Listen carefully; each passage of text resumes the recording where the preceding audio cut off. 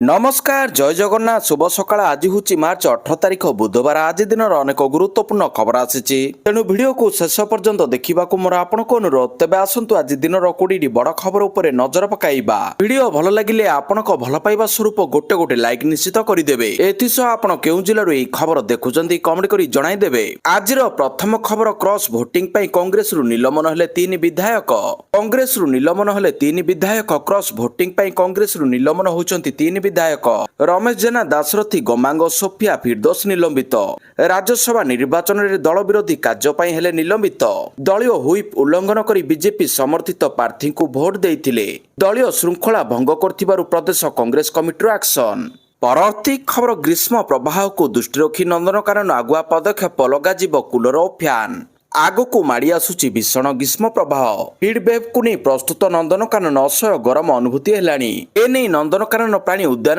में पशुपक्षी सुरक्षा को दृष्टि रखी नंदनकानन कर्तृपक्ष ध्यान देइछंती प्राणी उद्यान में पशुपक्षी मानक पई व्यापक भाव में बंदोबस्त करा जायछि प्राणी उद्यान में 328 क्वाड को थंडा रखाजिबार प्रस्तुति आरंभ कर नंदनकानन कर्तृपक्ष एही सबु क्वाड रे रहुचंती 178 प्रजातिर 4150 जीवजंतु प्रति क्वाड उपरे बाउंश ताटी और नड़ा छपर करा जायछि गरम अधिक हेले क्वाड उपरे बरफ रखाजिबो अधिकांश तृणभोजी जीवजंतु को काकुड़ी तरभुज थंडा पानी दियाजिब बाघ सिंह भली मांसाशी प्राणी को भिन्न उपाय मांस को बरफ करी खाइबाकू दियाजिब पानीकुंड को थंडा रखिबा पई ता उपरे ताटी मध्य पकाजिब अधिक खरा हेले क्वाडरे स्प्रिंकलर साहाय्य हाथी उपरे पानी सिंचन कराजिब गरम सही पारुनथिबा विदेशी जंतुଙ୍କ मध्यरे रहिसंती सिंपांजी हुल्क गिबन विदेशी मांकड़ वज्रकाप्ता क्वाडरे कूलर और फैन लगाजिब परवर्ती खबर एससीबी मेडिकल अग्निकांड घटना स्वास्थ्य मंत्री मुकेश महालिंगଙ୍କ इस्तीफा दाबी कले नवीन पट्टनायक कटक एससीबी मेडिकल अग्निकांड घटना रे स्वास्थ्य मंत्री मुकेश महालिंगଙ୍କ इस्तीफा दाबी करिसंती विरोधी दलर नेता नवीन पट्टनायक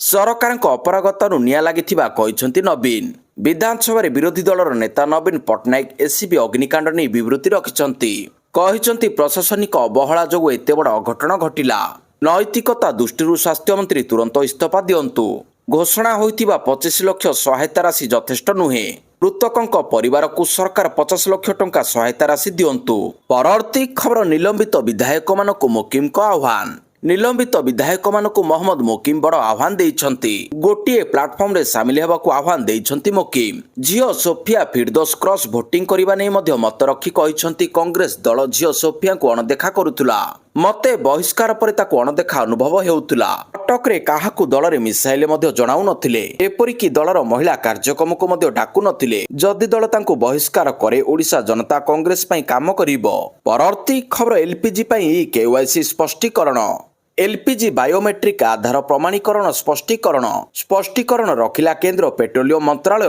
केवल अनधिकृत एलपीजी व्यवहारकारी केवाईसी व्यवस्था समस्त एलपीजी उपभोक्ता केवाईसी करबा नहीं जो माने एलपीजी उपभोक्ता केवाईसी करिनाहांती सेमाने करिवे जदि पीएमयूआई उपभोक्ता नुहंती पूर्व केवाईसी करिसंती दरकार नहीं पीएमयूआई उपभोक्ता प्रतिवर्ष केवाईसी कले डिबिट रे पाइबे केवाईसी निजे घरे बसी करि परिबे कहिसंती पेट्रोलियम मंत्रालय कौनसी क्षेत्र रे मध्य एलपीजी जोगान प्रभावित हेबो नाही परवर्ती खबर यूएई रे 19 भारतीय गिरफ मध्यप्राच्य युद्ध को नहीं सामाजिक गणमाध्यम मिथ्या आपत्तिजनक फोटो वीडियो अपलोड करथिबा अभियोग रे संयुक्त अरब एमिरेट्स यूएई सरकार मोट 35 जन को गिरफ करथिबा बेले सेमानक मध्यरे 19 भारतीय शामिल अछंती प्रथम दफारे 10 जन को एवं द्वितीय दफारे 25 जन को गिरफ करा जायछि अभियुक्त माने ईरान सपक्ष रे एबळी मिथ्या और एआई ज्ञान कौशल रे प्रस्तुत फोटो और वीडियो अपलोड करिसंती फल यूए जातीय निरापत्ता विपन्न हेबा सहित लोकों मध्य आतंक सृष्टि होउछि एमानकर शुणाणी फास्ट ट्रैक कोर्ट रे कराजिबो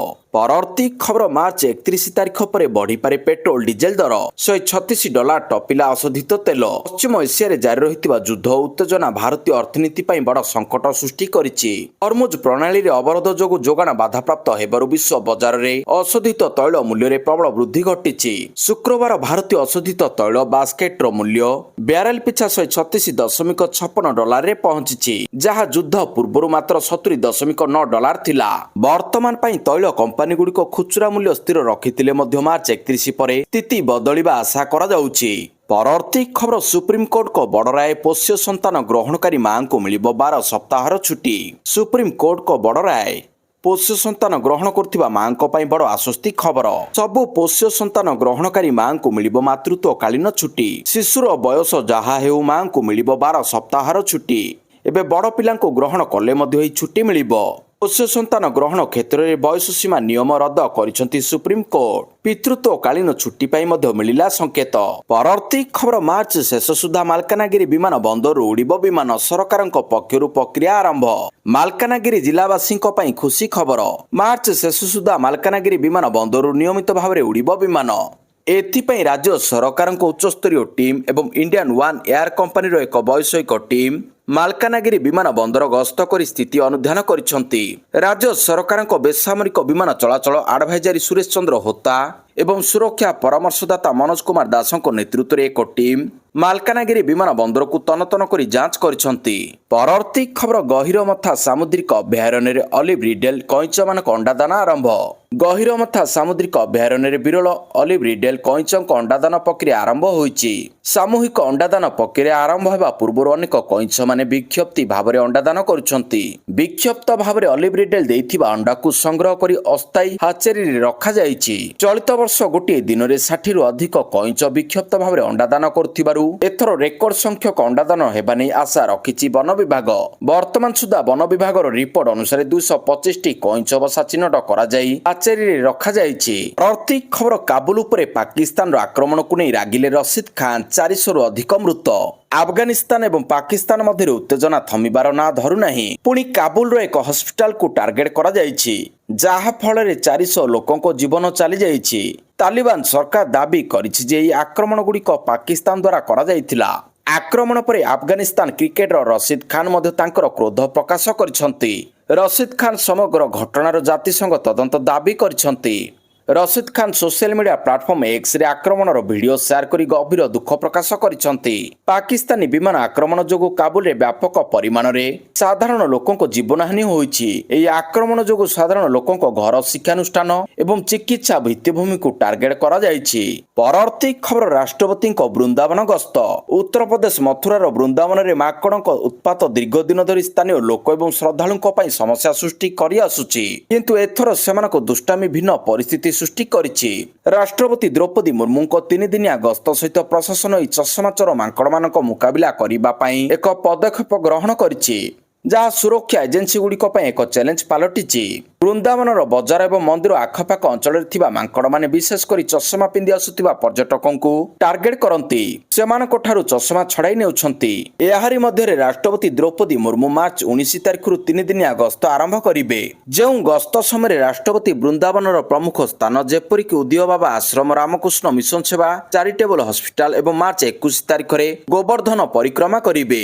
ଏହାରି ମଧ୍ୟରେ ସୁରକ୍ଷା ଏଜେନ୍ସିଗୁଡ଼ିକ ଯେକୌଣସି ଉପାୟରେ ଏହି ଅସୁବିଧାକୁ ଏଡାଇବାକୁ ଚାହୁଁଛନ୍ତି।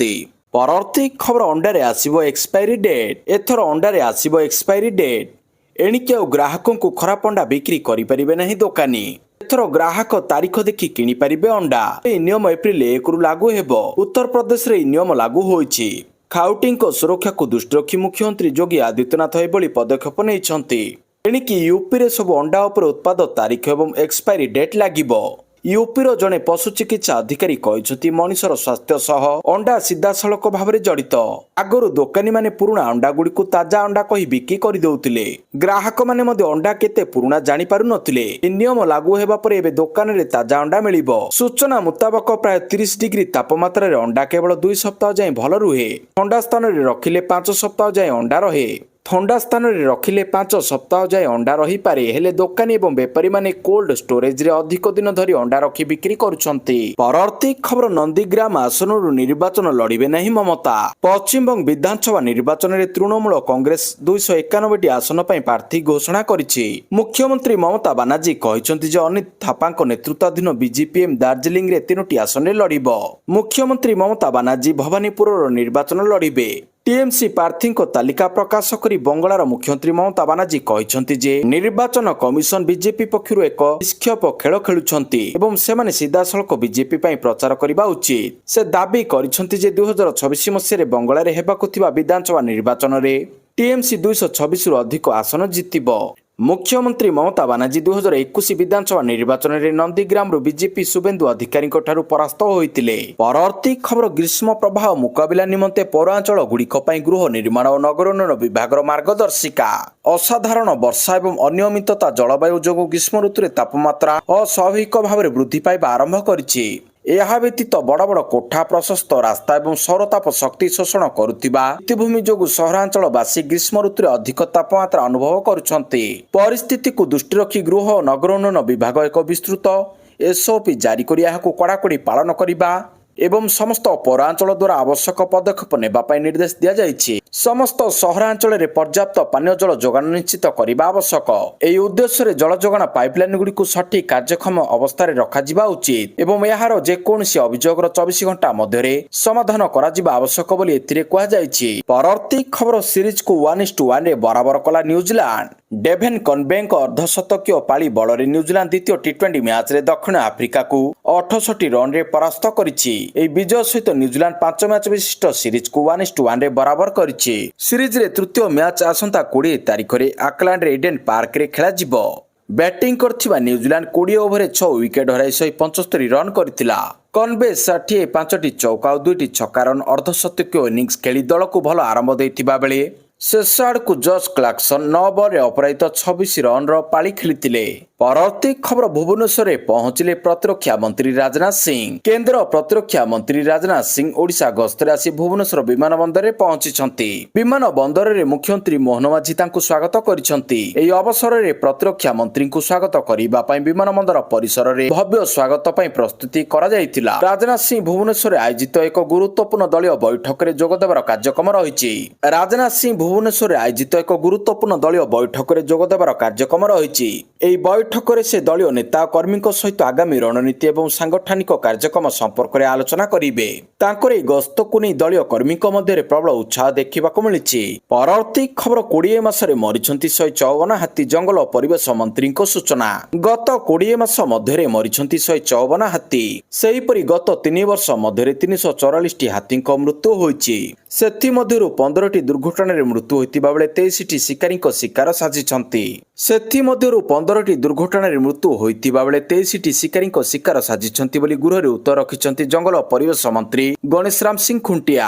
ସେ ଆହୁରି ମଧ୍ୟ କହିଛନ୍ତି ଗତ 20 ମାସରେ 7ଟି କଲରାପତରିଆ ବାଘ ଛାଲ, 2ଟି ହାତୀଦାନ୍ତ, 1ଟିଏ ବନ୍ଧୁକ ଜବତ ହୋଇଛି। ପରବର୍ତ୍ତୀ ଖବର ରାଜ୍ୟବ୍ୟାପୀ ପୋଲିସ ପକ୍ଷରୁ ଜାରି ରହିଛି ଅପରେସନ ସାଇବର କବଚ। ରାଜ୍ୟରେ ସାଇବର ଅପରାଧୀ ସାବାଡ ହେଉଛନ୍ତି। ରାଜ୍ୟବ୍ୟାପୀ ପୋଲିସ ପକ୍ଷରୁ ଜାରି ରହିଥିବା ସ୍ୱତନ୍ତ୍ର ଅଭିଯାନ ଅପରେସନ ସାଇବର କବଚରେ ଉଲ୍ଲେଖନୀୟ ସଫଳତା ମିଳିଛି। ସାଇବର ଅପରାଧ ଘଟଣାରେ ଓଡ଼ିଶା ପୋଲିସ ସ୍ୱତନ୍ତ୍ର ଦୃଷ୍ଟି ଦେଇ କଡ଼ା କାର୍ଯ୍ୟାନୁଷ୍ଠାନ ଗ୍ରହଣ କରୁଛି, ଯେଉଁଥିରେ ସାଇବର ଠକେଇର ମୂଳ ଆଧାର ବ୍ୟାଙ୍କ ଆକାଉଣ୍ଟ ଓ ନକଲି ସିମ୍ ନେଟୱାର୍କ ବିରୋଧରେ କଠୋର କାର୍ଯ୍ୟାନୁଷ୍ଠାନ ଗ୍ରହଣ କରିଛି ପୋଲିସ। ଏନେଇ ମଙ୍ଗଳବାର ପୋଲିସ ଭବନଠାରେ ଆୟୋଜିତ ସାମ୍ବାଦିକ ସମ୍ମିଳନୀରେ ଡିଜିପି ଯୋଗେଶ ବାହାଦୁର ଖୁରାନିଆ ଗଣମାଧ୍ୟମକୁ ସୂଚନା ଦେଇଛନ୍ତି। ପରବର୍ତ୍ତୀ ଖବର ଉପମୁଖ୍ୟମନ୍ତ୍ରୀ ଶ୍ରୀ କନକବର୍ଦ୍ଧନ ସିଂହଦେଓଙ୍କୁ ସୌଜନ୍ୟମୂଳକ ସାକ୍ଷାତ କଲେ ଅଷ୍ଟ୍ରେଲିଆର କନସୁଲ ଜେନେରାଲ। ନବୀକରଣୀୟ ଶକ୍ତିର ବିକାଶ, କୃଷି କ୍ଷେତ୍ର ଉପରେ ଆଲୋଚନା। ଲୋକସଭା ଭବନରେ ଉପମୁଖ୍ୟମନ୍ତ୍ରୀ ତଥା କୃଷି ଓ କୃଷକ ସଶକ୍ତିକରଣ ଶକ୍ତି ମନ୍ତ୍ରୀ ଶ୍ରୀ କନକବର୍ଦ୍ଧନ ସିଂହଦେଓଙ୍କ ସହ ସୌଜନ୍ୟମୂଳକ ସାକ୍ଷାତ କରିଛନ୍ତି ଅଷ୍ଟ୍ରେଲିଆର କନସୁଲ ଜେନେରାଲ ୱିନର ଲିଞ୍ଚ। ଓଡ଼ିଶାର ଶକ୍ତି କ୍ଷେତ୍ର ଓ କୃଷି କ୍ଷେତ୍ରରେ ନିଆଯାଇଥିବା ବିଶେଷ ପଦକ୍ଷେପ ଗୁଡ଼ିକୁ ପ୍ରଶଂସା କରିଥିଲେ କନସୁଲ ଜେନେରାଲ ଲିଞ୍ଚ। କୃଷି କ୍ଷେତ୍ରରେ ଦ୍ରୁତ ଉତ୍ପାଦନ ହାର, ବିଦ୍ୟୁତ ଉତ୍ପାଦନ ଓ ଏହାର ପରିବହନ କ୍ଷମତା ଅଧିକ ବ୍ୟାପକ ହୋଇପାରିଛି ଏବଂ ବର୍ତ୍ତମାନ ଓଡ଼ିଶା ଏକ ସ୍ଥାୟୀ ଓ ସୁରକ୍ଷିତ ଶକ୍ତି ଭବିଷ୍ୟତ ଆଡ଼କୁ ଗତି କରୁଛି ବୋଲି ମତବ୍ୟକ୍ତ କରିଥିଲେ। ପରବର୍ତ୍ତୀ ଖବର 11ଟି ଜିଲ୍ଲାରେ 23ଟି ଶିଳ୍ପ ପ୍ରକଳ୍ପକୁ ମଞ୍ଜୁରୀ। ସୃଷ୍ଟି ହେବ 10,000ରୁ ଅଧିକ ନିଯୁକ୍ତି। ରାଜ୍ୟରେ ଅର୍ଥନୈତିକ ଅଭିବୃଦ୍ଧିକୁ ତ୍ୱରାନ୍ୱିତ କରିବା ପାଇଁ ଓଡ଼ିଶା ସରକାର ଏକ ବଡ଼ ପଦକ୍ଷେପ ନେଇଛନ୍ତି। ମଙ୍ଗଳବାର ମୁଖ୍ୟ ଶାସନ ସଚିବ ଅନୁପ ଗର୍ଗଙ୍କ ଅଧ୍ୟକ୍ଷତାରେ ଅନୁଷ୍ଠିତ 145ତମ ରାଜ୍ୟସ୍ତରୀୟ ସିଙ୍ଗଲ ୱିଣ୍ଡୋ କ୍ଲିୟରାନ୍ସ ଅଥରିଟି ବୈଠକରେ 23ଟି ଶିଳ୍ପ ପ୍ରସ୍ତାବକୁ ଅନୁମୋଦନ ମିଳିଛି। ଏହି ପ୍ରକଳ୍ପଗୁଡ଼ିକ ମାଧ୍ୟମରେ ରାଜ୍ୟରେ ମୋଟ 4,510 କୋଟି ଟଙ୍କାର ପୁଞ୍ଜିନିବେଶ ହେବ।